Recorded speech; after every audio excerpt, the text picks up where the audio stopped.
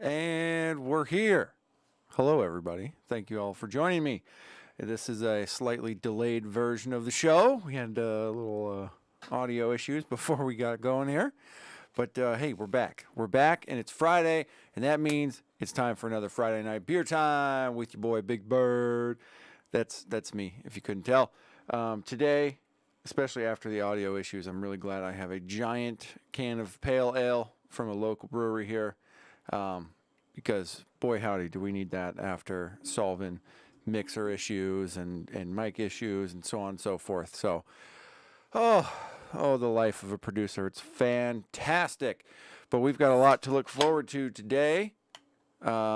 Keeping of the theme of the show, we're going to be talking about beer and alcohol and some boycotts in and around such things, having to do with some new brand ambassadors that have been brought on, and then of course we're going to be talking about some issues with trans women in sports, trans people in sports, particularly pertaining to an issue that took place yesterday at towards a former college swimmer who's been making some noise. About the unfairness of trans people in women's sports. But to do that, we need to muster up the energy, and we're going to do that with this fantastic pale ale. I have a Bavarian beer, Uberbrau. You know, I've had a lot of Bavarian and German beers over here on this here channel there, Parzival. Nice name, by the way. But I don't think I've had an Uberbrau. I'm looking up at the cans now. But hey, if it's got that sweet German purity to it, so prost to you, my German friend. Cheers. Let's do this thing. Oh, yeah, that's got what the body craves. Electrolyte. This is called Another Pail Bites the Dust. Again, from our friends over at Rainy Days Brewing here. Support your local breweries. That's all I'm going to say about today's show, because we're going to be talking about some lovely boycotts having to do with Anheuser-Busch, which, you know, we'll talk about that. Because it's a beer show, we're going to get a little beer snobby and have some fun, pointing fun.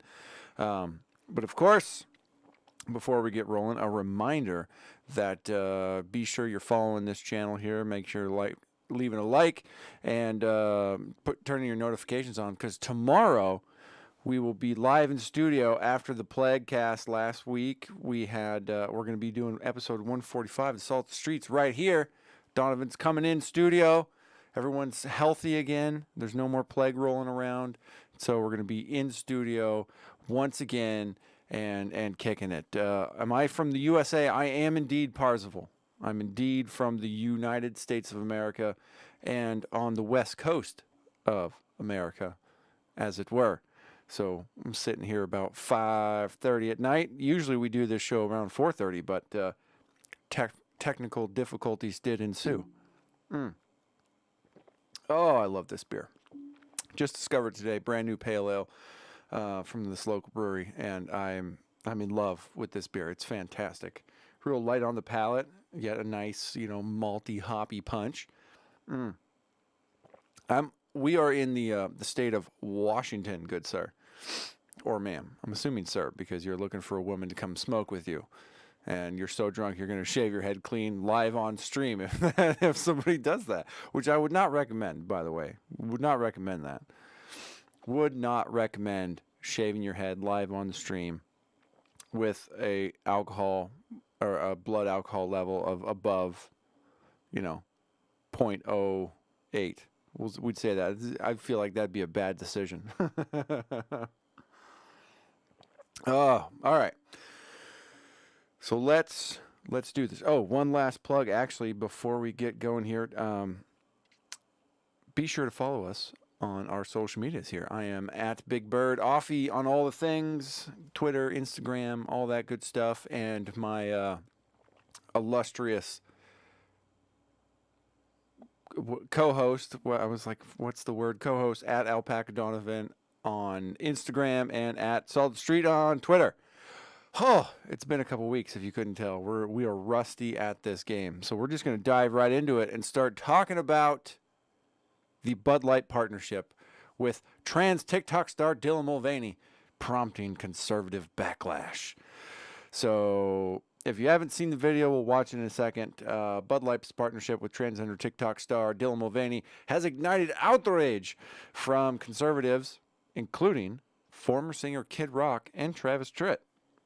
On Monday, Mulvaney, a popular social media star, took to Instagram to promote a contest for the beer and show off, commemorative cans with her face on them, celebrating her 365 Days of Girlhood series.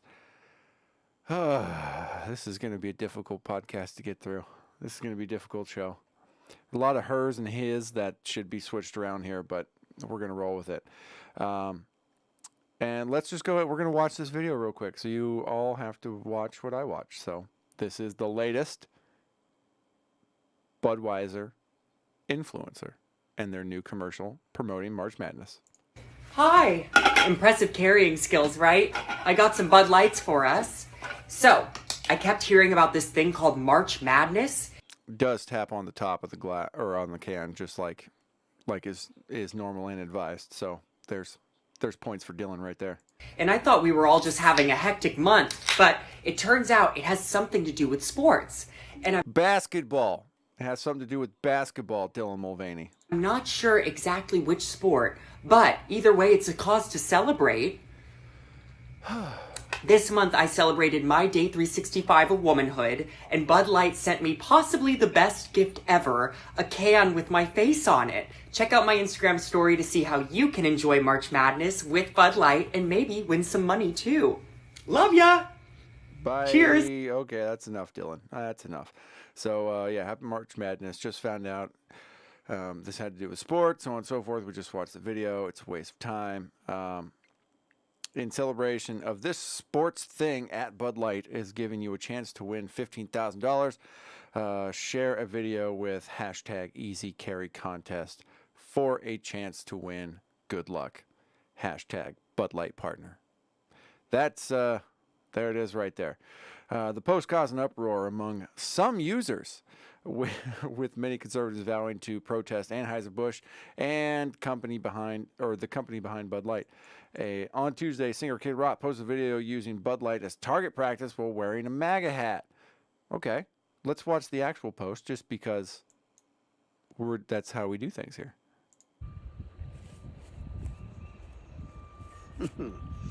Grandpa's feeling a little frisky today. I think he refers to himself as Grandpa now because Kid Rock ain't so kiddie anymore. Look at them. Look at them crow's feet there, Kid Rock. Let me say something to all you and be as clear and concise as possible. Okay. You tell me, Kid Rock. What are we doing? MP5? Fireworks? I don't know what's going on with them fireworks. Fuck Bud Light and fuck Anheuser-Busch. Have a terrific day. Hey, you too, Kid Rock. You have yourself a terrific day. So, in protest, a lot of people are destroying their cans of Bud Light. I think, as we have seen through multiple random boycotts of various different brands over the years, this is no different than any other. The only difference in this one, I think, is the fact that we're entering in some new territory now that we're not used to, considering this is kind of like, you know, your everyman's beer. There's lots of big promotional Bud Light parties that have gone over the years. There's lots of, it's a big name and supposedly marketed towards, say, people that live in the middle of the country and so on and so forth. But I think the MAGA hat wearing Kid Rock, I think, sums up a lot of people's disdain towards this particular influencer and their advertisement towards it, which is really funny. Howdy, howdy, Mr. Kevin Garcia. Good to see you, good sir. So glad you can make today. We just watched Kid Rock blow away some Bud Light. How do you guys feel about the wonderful beer that is Bud Light? I'm drinking a beer today that is not Bud Light because I don't drink Bud Light anymore.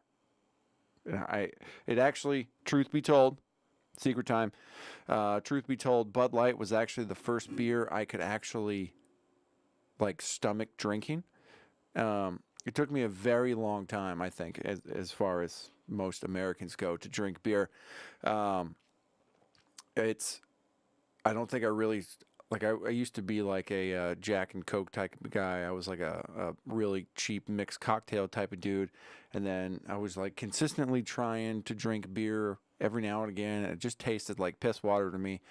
Um, I always had this memory of like mucking horse stalls out when I was a kid here in the Pacific Northwest, which is most of the year not a very dry situation. So you mix mucking out wet, muddy horse stalls with horse piss and all that, and I couldn't get over that. For some reason I tied that to beer, and I couldn't do it until I was like 23. And finally I drank a Bud Light one night. I was like, oh, this doesn't taste that bad. And then next thing you know, I immediately jumped like within 2 weeks over to like IPAs and double IPAs and all sorts of craft brews and all this stuff, and I really haven't gone back since. And if I would drink a light beer these days, I drink a Coors Light, or like we have around here this fantastic light beer called Rainier beer, which is a more local beer, which is fantastic. But never really went back to Bud Light. So, Kevin, what's your beer of choice these days, Mr. Not Bud Light? Because it isn't really beer, because hashtag that's true. And while we're seeing what everybody else is drinking here, big boycott over Anheuser-Busch. Big boycott over Anheuser-Busch. Oh, you don't want to talk to me there, Mr. AI chatbot. So it prompted me to look at some of our beer brands here under Anheuser-Busch, which is only technically, that's only one level of the corporation. So if you really want to go hard on your Anheuser-Busch boycott, if this is the path you have chosen, it actually, if you look at I think it's called Ambev. They're a Belgian company that actually owns Anheuser-Busch. They have a much bigger swath of beers that they run under, but we're looking at Budweiser, Bud Light, Kona Brewing, very popular around these parts. Michelob Ultra, Stella Artois, a Stella something or other, Busch Beer, Natty Light. No, don't take away my Natty Light. I've got a Quorum Shade Nicaraguan cigar. I don't drink, but I'm smoking this cigar, and some Purple Punch, Flower Purple Sticky Punch. Name that movie. Good for you, buddy. I'm excited about that. I don't have my cigars around me. I have a nice collection of cigars there, Mr. Kevin Garcia. I love a fucking cigar. I love a cigar. But anyways, Landshark, Presidente, Hoegaarden. That's a beer we've had on the podcast before. Shock Top. And of course, we have definitely delved into some of their craft partners. So they own, I believe, majority shares in these companies. 10 Barrel Brewing, which I know I have had multiple times, but will not be anymore, obviously. But they're based out of Oregon. I don't know Appalachian Mountain, Blue Point, Breckenridge Brewing. I've had those guys.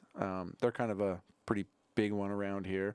They're like a good discount, like craft beer if you want that. Elysian Brewing, Seattle. I mean, we dubbed here on the podcast, the combination beer of it's a mix between two Elysian beers, Space Dust and Super Fuzz. We called it the Space Blood.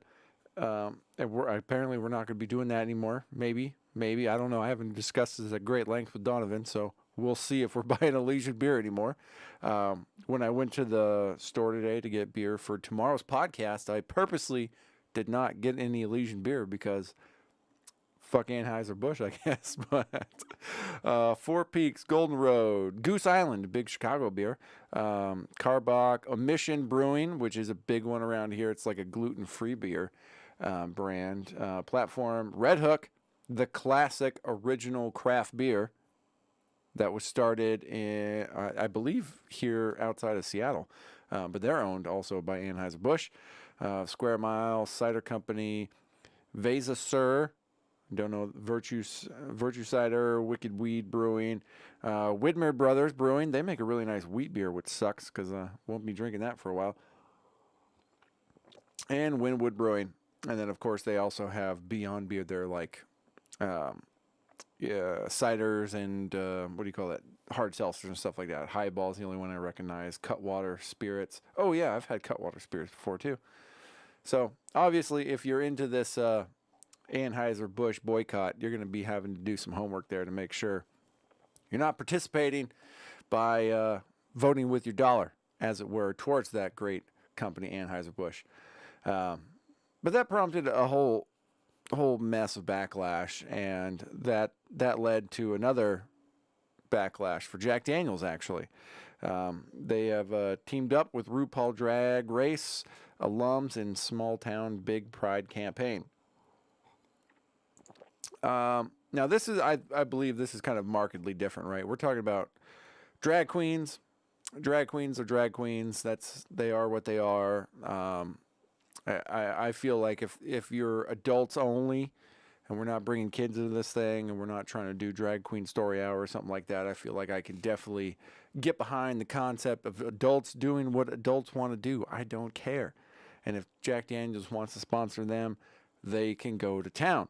Not my cup of tea, but I know a great many people that have been to multiple drag shows over in Seattle and have enjoyed it. Child-free, obviously, and that's, I mean, good for them. If that's what you want to do as an adult, that's what I want to do. So I don't necessarily have a beef with Jack Daniels other than the fact they make, kind of bottom tier whiskey. But, hey, to each their own.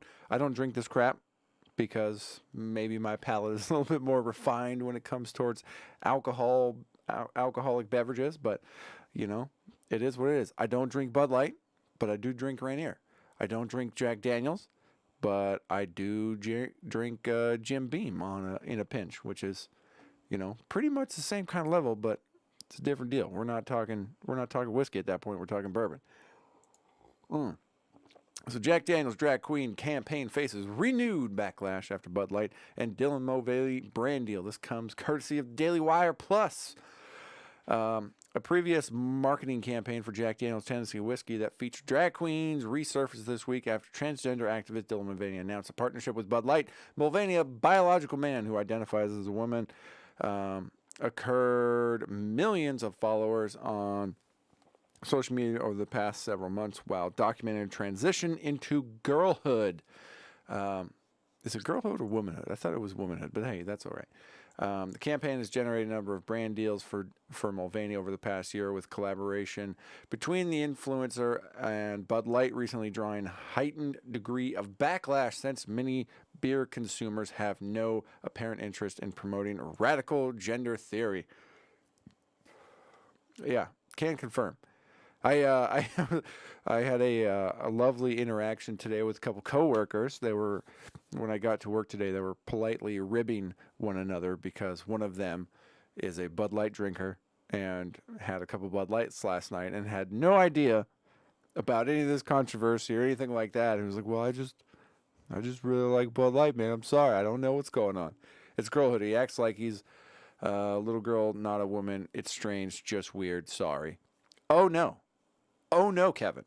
It is definitely strange and weird. It is messed up. I have lots and lots of thoughts about Dylan Mulvaney. I don't believe Dylan Mulvaney is a trans person at all. I think he is I actually saw Dylan Mulvaney before he was a thing on Broadway in New York City at a Book of Mormon show. And he was the star of Book of Mormon. And I had no idea. And then, little did I know, a few years from then, it was like, boom, he's the biggest thing on social media and stuff like that. I do not think this is a real trans person. I think this is somebody that is kind of, how would I say it, caught up in the social media like situation, the influencer captured by the audience, if I will say. But yeah, no, I definitely don't think. I've seen some more videos. There's the classic my hiking heels video that he does, which obviously is not real. None of this is okay. It's the algorithm cult. Thank you very much, Kevin. I think that's a fantastic way to put it. Captured by the algorithm cult. And obviously it pays dollars. It pays lots and lots of dollars if you're willing to do all the things. I believe the next article, we can actually just jump to it because they're talking about Jack Daniels being under fire now. It kind of caught up in the crossfire here from this Bud Light and Dylan Mulvaney deal, but I think we actually get into some numbers talk in this one. Suds, skirts, and sneakers. Here are the brands that have sponsored trans activist Dylan Mulvaney. Transgender, again, activist and social media star Dylan Mulvaney has garnered criticism for his several brands dealing. His brand deals featuring elements of his purported transition into girlhood. Mulvaney, a man who identifies as a woman, has accrued millions of followers on TikTok over the past several months. He's garnered controversy over the past week. Posted a video advertising Bud Light, blah, blah, blah, blah. Also shows off a personal beer can commemorating 1 year of the Tales of Girlhood series. Despite the appropriate lack of association between college basketball fans and transgenderism, I mean, if there's going to be a woke sport out there, I believe the wokest sport out there is definitely going to be basketball at this point. But hey, that's an arguable point. The brand deals are one of several which has raised eyebrows over the past several months as Dylan Mulvaney became polarizing household name in the United States. Mulvaney, if you're having a polarized conversation about Mulvaney in your household, that's a rough time right there. That's a rough time. Mulvaney, a former actor who held roles in various Broadway musicals, including, and not limited to, apparently, the Book of Mormon, which he was fantastic in. It was an absolutely amazing show. But there was a lot of Dylan Mulvaney in that one. There was a lot of Dylan Mulvaney. I looking back on it now, looking at the TikToks via Twitter and stuff like that, I go, oh yeah, no, that's the guy. I remember him, main character of the show. Got it. Let's see here. But it has been especially criticized for his marketing deals with companies such as makeup brand Ulta Beauty, and fashion house Kate Spade, both of which promoted accusations that he was insulting women and provoking ire among the company's consumer base. Ulta hired Mulvaney alongside a gender-fluid hairdresser for the company's podcast at the end of last year, including inducing backlash that caused the firm to turn off comments on YouTube and Instagram. Never a good deal when you have to go ahead and turn your comments off. Never a good deal when that happens. We believe beauty is for everyone, Ulta said in a statement, and while we recognize some conversations we host will challenge perspectives and opinions, we deliver constructive dialogue in one important way to move beauty forward. Also, I just challenge you to check the background of your company and your industry. Because, men were pigs in the 50s, and we also love to sell things to women. And we created entire industries for women to be obsessed with that they still are today. Kate Spade likewise posted a video last month featuring Mulvaney shopping for dresses and the perfect spring outfit. Oh, I remember that video. It was at a store location in New York. He donned a white purse and showed the item to the camera before pointing out a hot pink dress on a mannequin and grabbing a pair of heels, quickly changing in the attire and stepping out of the dressing room. I mean, it's a good thing Dylan Mulvaney's like a small dude, because otherwise I feel like it would be pretty tough to find shoes that fit and clothes that fit in New York City. That'd be kind of a tough deal, I would imagine. They don't go into a lot of the other brand deals like Tampax that he's been sponsored by and other things. Skincare brand, Cara V. Yep, we've done that one. Nike is the new one. So we'll just jump into that. Oh, wait. Maybe we'll get into that in a second. Maybe I had, during the audio issue, I had to restart my computer, and then all my tabs were lost, so I might have put a couple of them out of order. One of the things that Dylan Mulvaney did recently, we're going to trust the sorting. We're going to go here. Bud Light's packed with trans activist Dylan Mulvaney sparks outrage, praise. Hey, look at that. We know this person. This is Taylor Silverman. She works for Timcast. She's the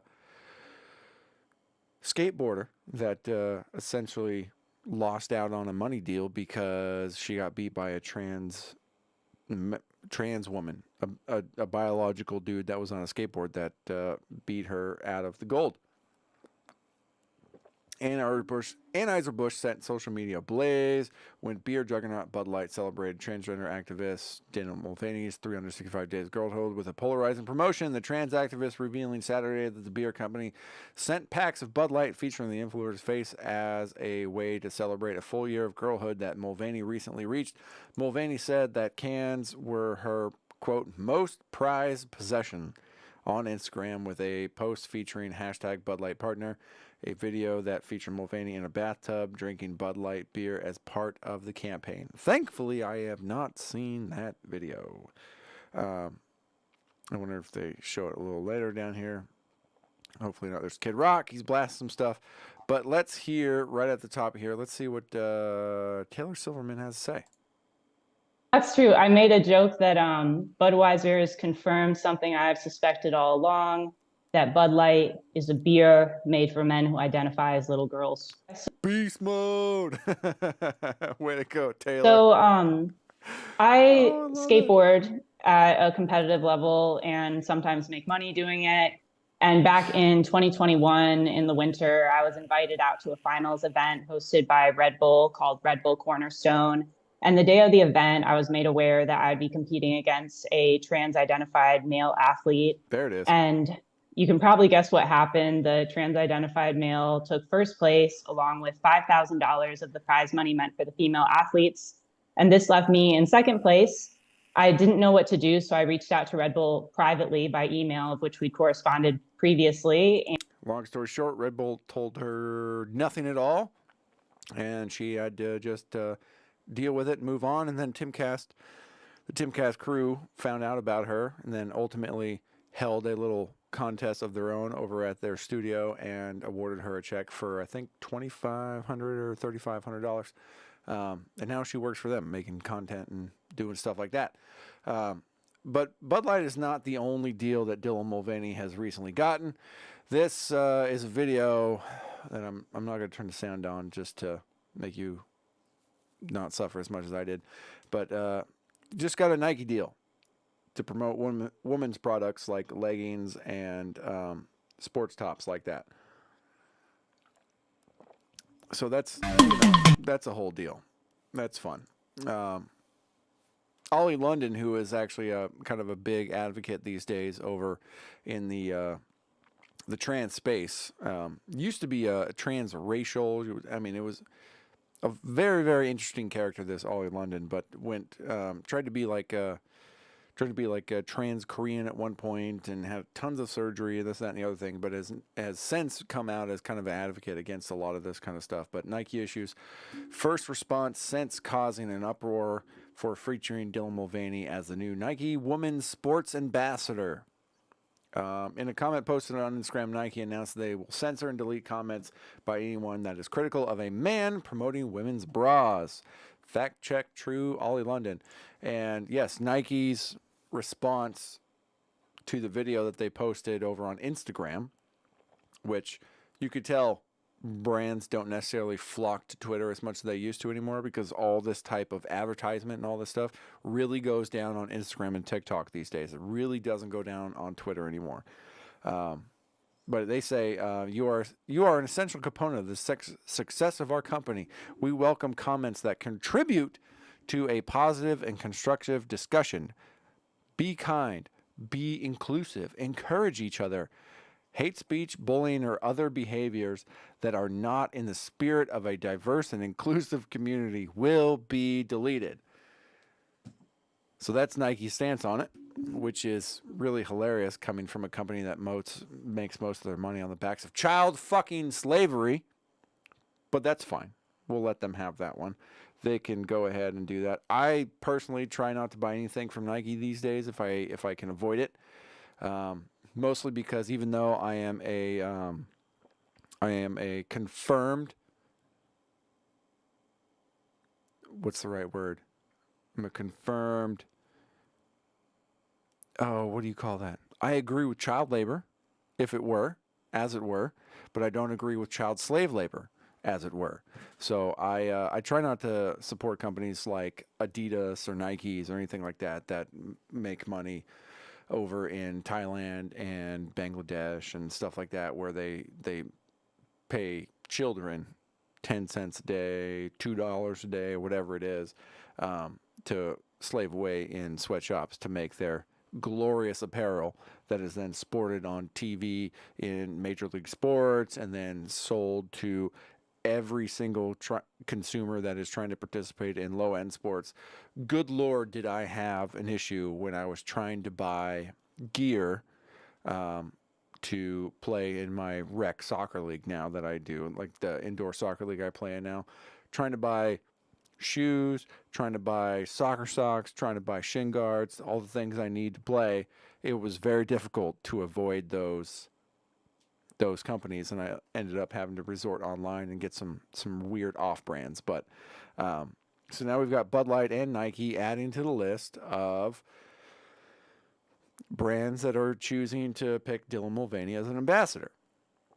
Oh, this was the other Jack Daniels photo. Oh man, I can't believe this thing got messed up so bad. We'll go ahead and play this. This is a good comparison video of a 2013 Jack Daniels advertisement compared to the 2023 advertisement. And we'll just take note. This comes from The Quartering over on YouTube. Jeremy, he's a good YouTube follow. If you're not following him, I highly recommend it. It's good, kind of like multiple daily videos, 10 to 20 minutes, about the goings on of the world. I highly recommend. So check him out if you haven't, and we'll go ahead and play this a little bit here. The Order of Gentlemen. What is the Order of Gentlemen? A secret society bound to honor the simple dignity of gentlemanhood? No. The Order of Gentlemen is this. Gentleman Jack. I've had Gentleman Jack. The twice mellow Tennessee whiskey men order. It's actually pretty They good. want to feel like gentlemen. 10 years later. Drag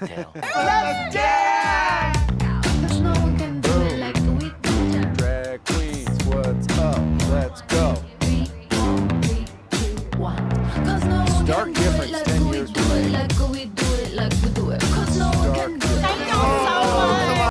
Yeah, we meant to throw that in the front end of the Jack Daniels portion of that conversation. But hey, we made it. We made it through that, which is fantastic.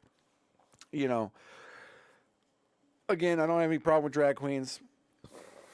I got no problem with drag shows, none of that stuff. The minute you start bringing kids in, we got issues, and the minute you start grooming kids, we have issues. So if Jack Daniels wants to go down that rat, good for them. They're going to be judged accordingly. If I was a major corporation in that industry, I would be very wary of how I handle my advertisement. But then again, you got to remember the people that run the advertising portions of these corporations now are all people like me. They're all 35 to 36-year-olds that are millennials that have grown up on the internet and have all the issues that millennials come with. So this is no surprise to me. But again, if you want to push back towards this, there's obviously, if you have a voice on social media, voice your opinions there. But also the best way to push back towards any of this stuff is just to choose not to participate in their commercial enterprise. If you don't agree with what they're doing, don't buy their products. Tell your friends not to buy their products. Like today, when I was at work, we made fun of the one guy who continues to purchase and enjoy their products. I mean, we're dudes, and we gave them a healthy ribbing, and it was a fun time. It was no big deal. I'm sure he's going to go home and finish off his case of Bud Light, and that'll be the end of it. He just doesn't care to participate in any of this. But, you know, I think for a lot of people that really enjoy Bud Light or Jack Daniels, they're going to be turned off by some of this stuff, and I think it is a good idea for them to find another company. It wouldn't be hard to do. There's plenty of them out there, especially at that budget. If you're a cheap beer drinker, it's not hard to find an alternative for Bud Light. It really isn't. Again, as a real beer drinker, I might judge you a little bit for drinking that kind of stuff if that's your mainstay. But hey, to each their own. I like real beer. You like not real beer. That's not a big deal.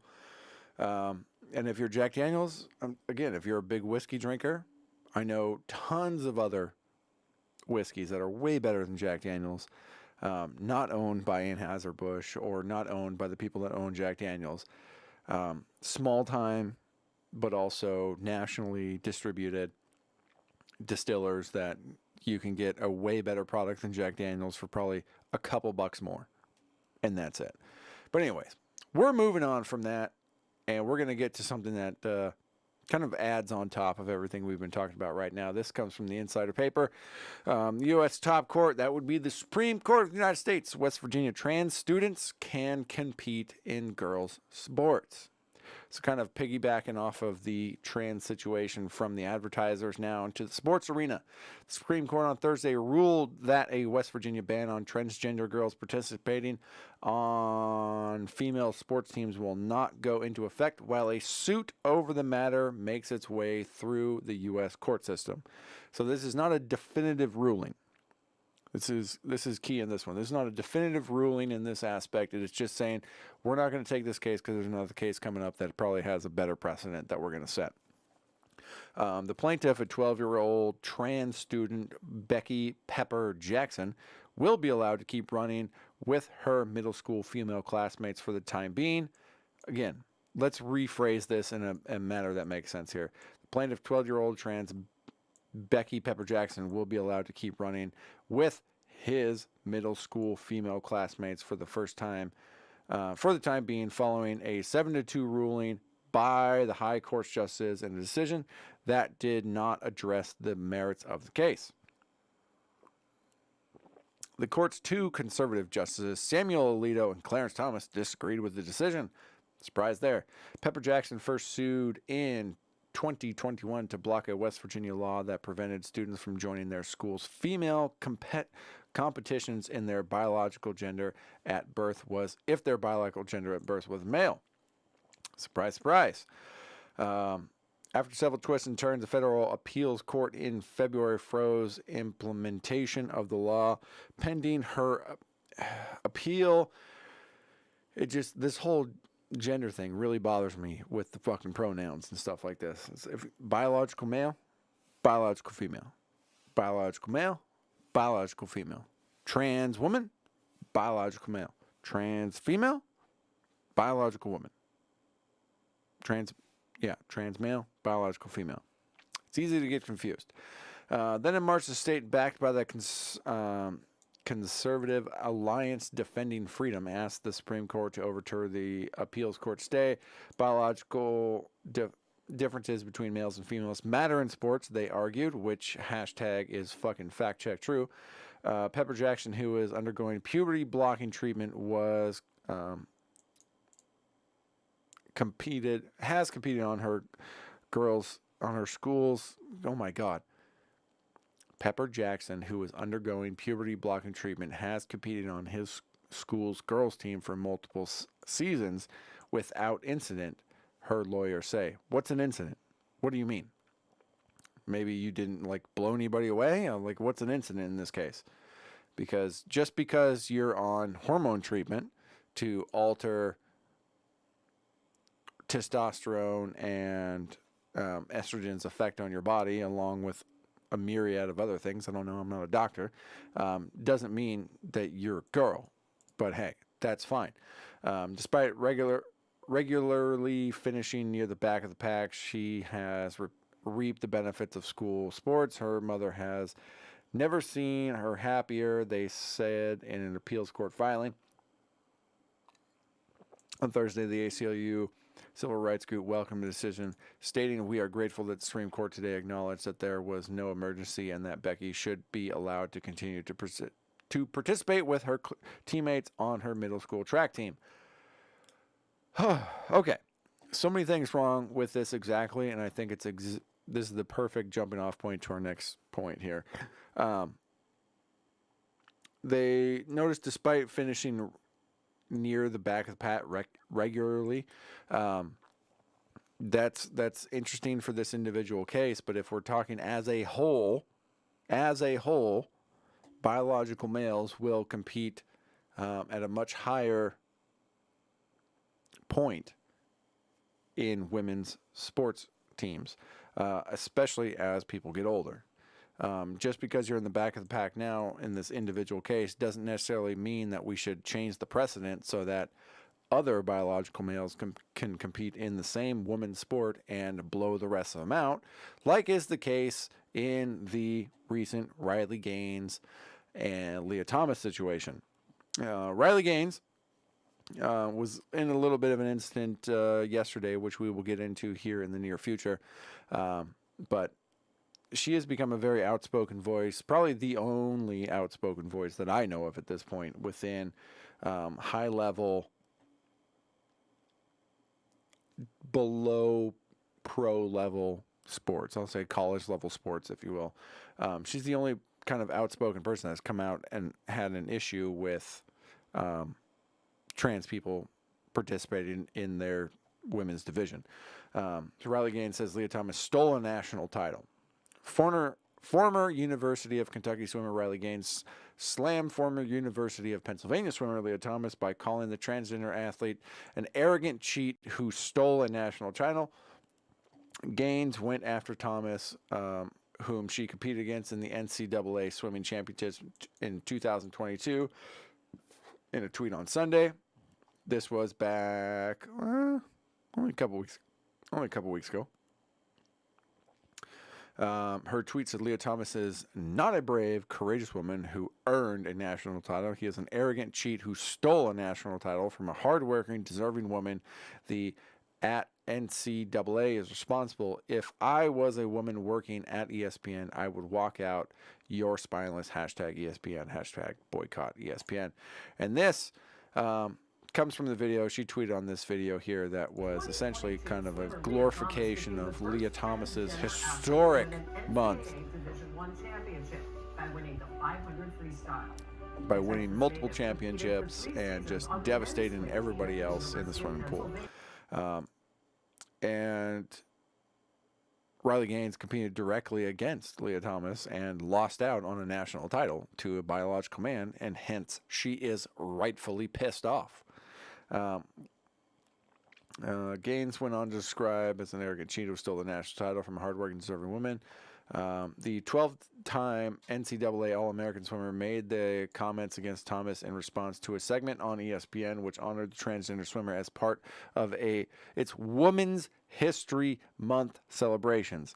Gaines, who spoke as a spokeswoman for the Independent Women's Forum, has previously spoken out against Thomas and said she feels an obligation to do so since no one else would.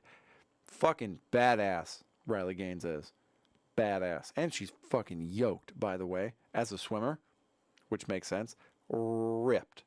Quote, I thought surely they would be someone, whether that be a coach or another swimmer or someone within the NCAA, I thought surely someone would stick up for us, Gaines told the Washington Examiner in February.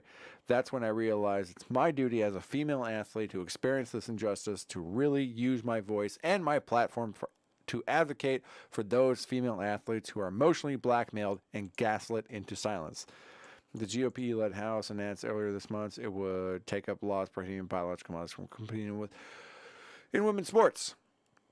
So that's where Riley Gaines kind of comes on to the playing field, right?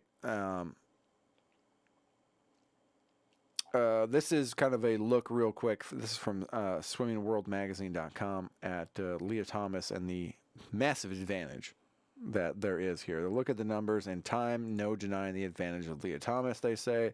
Just how much of an advantage did Leah Thomas possess over biological females? The numbers paint a clear picture. The fact that the University of Pennsylvania swimmer soared from a mid-500s ranking, 554th in the 200 freestyle all division in men's competitions, to one of the top-ranked swimmers in women's competition, tells the story of an unfairness which unfolds in the NCAA level. In the final meet, Thomas finaled in 3 events at the NCAA championships, highlighting by a victory in the 500 freestyle, which also finished 5th in the 200 freestyle and was 8th in the 100 freestyle. Also didn't contest the events of the NCAA champs. Thomas had one of the country's top times in the 1650 freestyle. Here's a look at the performance throughout the session, including their comparative stats to the times as a matter of Penn's men's squads.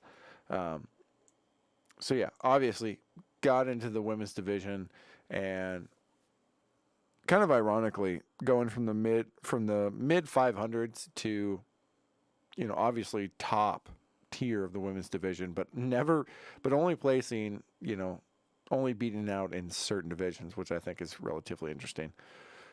So there's that little background on Leah Thomas and the actual background here. But the real story here, is regarding Riley Gaines. Just got into an issue this last weekend because she's been on a speaking tour as part of, I believe, Turning Point USA. And this is just a quick example of what her kind of speaking style is and what she's talking about, and a little bit of that, because we'll see what happens when you do stuff like this, when the leftist trans activists come at you really hard. You being an anthropologist, which anthropology is the study of human civilization, human, biological and social. So if you were to dig up a human. Right now, she's talking to a professor from the University of Pittsburgh, and this, I think you can understand her question as we go forward here. Two humans, and 100 years from now, both man and woman, could you tell the difference? Strictly off of bones. No, because there's a wide range.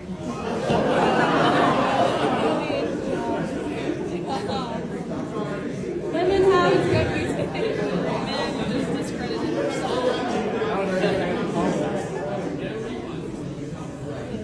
So she asked him if you couldn't tell, if you were to dig up a human and 100 years from now, would you be able to tell if they were male or female just based off their bones? And this illustrious professor at the University of Pennsylvania says no, and then the entire room erupts in laughter.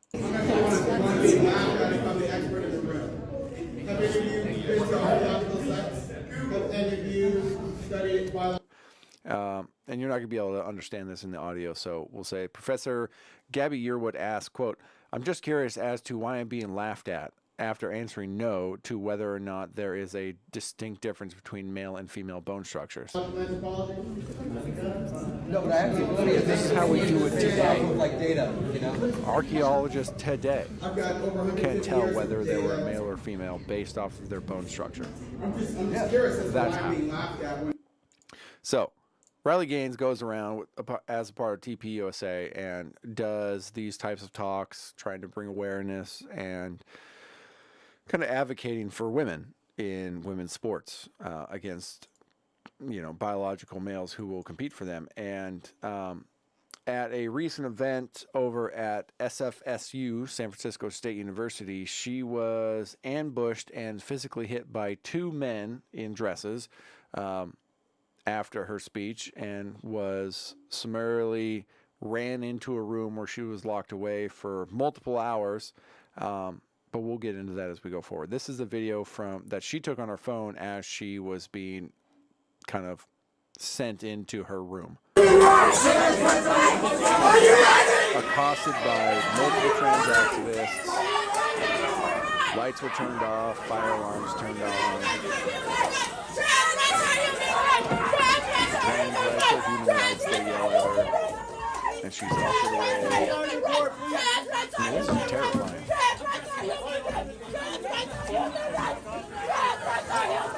It's a good thing she's yoked, man, because jeez, man.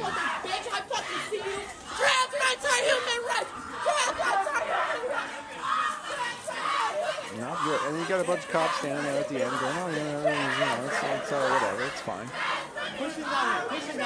And she is ushered into this room for essentially her own safety at this point. As the insane, riotous crowd behind her just goes absolutely fucking insane. Later on, as this was happening, she was stuck in this room for multiple hours at this point, unable to leave because she was trapped by these leftist protesters. And ultimately, they were trying to figure out what to do with her while she was in there. And I think you can hear this audio pretty well. We'll hear it. We'll see. Make her lose her flight! And move forward. Okay? They're trying to figure out how to peacefully resolve her being allowed to come out. There's a cop. There's 2 cops over here standing in the background. I'm sure there's more than that just around, but they're trying to figure out how to peacefully allow her to leave and to go about her business. And the first person yells out, "Make her lose her flight." Tell her to pay us. Tell her to pay us and then she could go. $10 each. I don't think this is so fucking funny. Because you probably got paid for this shit, so we could get paid for it too. On a public campus that we appease. So what's the end goal here? We're cooperating, so what's next? So they need to do their job and get her out here. We created a path. It's here. I can't speak to all of you when we're over talking to each other. We're not going to hear each other. Don't let her hold! Then no, you don't have to use this. Don't let her home. So we've got a bloodthirsty mob outside as she is stuck in a room right now. They're trying to negotiate for her safe passage out. It's unbelievable. This is a tweet from Ash Wolf saying, "This is kidnapping. Riley Gaines should pursue felony charges against every single person in that hallway. They all should be expelled and thrown in prison. There is nothing ambiguous about this. Harassment, intimidation, kidnapping. Go after them, Riley. Make them pay." And I should note that Matt Walsh also has publicly stated that if it would help, he would also donate money to her cause at this point. Marjorie Taylor Greene, of course, chimed in. Same type of thing. This terrorism, kidnapping, and extortion, arrest them all. Charlie Kirk, who is the founder and CEO of Turning Point USA, the one that held the event, put out a statement on Twitter saying, "In just 1 week, violent radicals on 3 of America's university campuses have attacked TPUSA events and speakers from coast to coast. Last night at SFU, TPUSA hosted a Saving Women's sports event with star swimmer Riley Gaines when radical trans activists physically assaulted her and then barricaded her in a, quote, safe room for hours. On Tuesday night, another TPUSA event in the University of Albany featuring pro-life speaker at Ega Worth, so that'd be Ian Howarth, was interrupted by anti-Christian far-left students who proceeded to destroy a Bible. On Thursday, and last Thursday, far-left students hijacked a pro-life event at Virginia Commonwealth University featuring TPUSA speaker Isabel Brown and Students for Life Kristen Hawkins as protesters threw punches and injured a chapter president. All of this comes just weeks after a violent Antifa mob assaulted cops and shattered glass attempting to break into my event at UC Davis. When every campus conservative speaker is labeled a Nazi, a fascist, a racist, or as someone who somehow wanting a trans genocide by radical student groups and their allies in the mainstream media and administration, these domestic extremists feel free to assault and terrorize. Enough is enough. There must be real legal, educational, and career consequences for these criminals, and conservative states must lead the way. I will personally make myself available to any lawmakers who want advice on how to proceed. So that would be the statement from Charlie Kirk. And then, of course, Michael Schellenberger has decided that he's going to be heading to San Francisco to cover this shocking event on the ground. And also reporting on this, our DMs are open. We would like to hear from anybody with information about this. This event, we protect whistleblowers and strictly adhere to the Pentagon Papers principles. So Michael Schellenberger, if you don't know him, he had once ran for California governor against Gavin Newsom during the recall, and is one of the illustrious Twitter Files journalists at this point, and he's got time up on the Hill as they interviewed him and Matt Taibbi, the Congress about the validity of that. But this is Phil Abonte, lead singer of All That Remains, and guest host on Timcast IRL, says this is what a right should be focused on. Every person on the right needs to shut up about Dylan Mulvaney and focus like a laser on the leftists that murder and kidnap those they disagree with. So, obviously, there's a really big issue going on here between trans activists, trans people, and the entire situation around sports and keeping whether or not to keep women's sports only for women, or if we're going to start including biological men who now identify as women. And that is just, it's such a huge topic and a huge conversation. We're going to save that, I think, for an upcoming episode of Salt the Streets. Not necessarily this next one, but perhaps the one after that, because we're going to have a special guest on, and it's going to be fantastic. No spoilers yet, because it's all being worked out now, but it should be a really, really good episode here on the 22nd. But as far as everything that's going on now, I mean, we've seen this there's something going on right now, in particular, with the rise of violent reactions coming from the trans and trans activist community. We had the shooting over in Nashville. Obviously, that was a huge deal, which was echoed immediately by the White House, talking about how there's trans genocide and how there's hundreds of thousands of trans kids everywhere that are being threatened by anti-trans legislation going on in states around the world. And it's not good. I mean, when somebody like Riley Gaines can be assaulted and kidnapped, or I'm not a lawyer. It's either kidnapping or illegal detention at that point. I don't know how you call it. Or once somebody starts saying that, well, they can pay us and then we'll let them go. I mean, that sounds like a hostage negotiation there, right?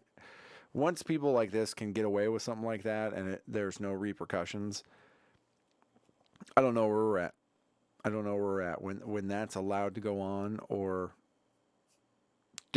dare I say dog whistled to by the White House and the presidential spokesperson. I don't know where we're at, but all I know is it continues to get worse, and I don't know.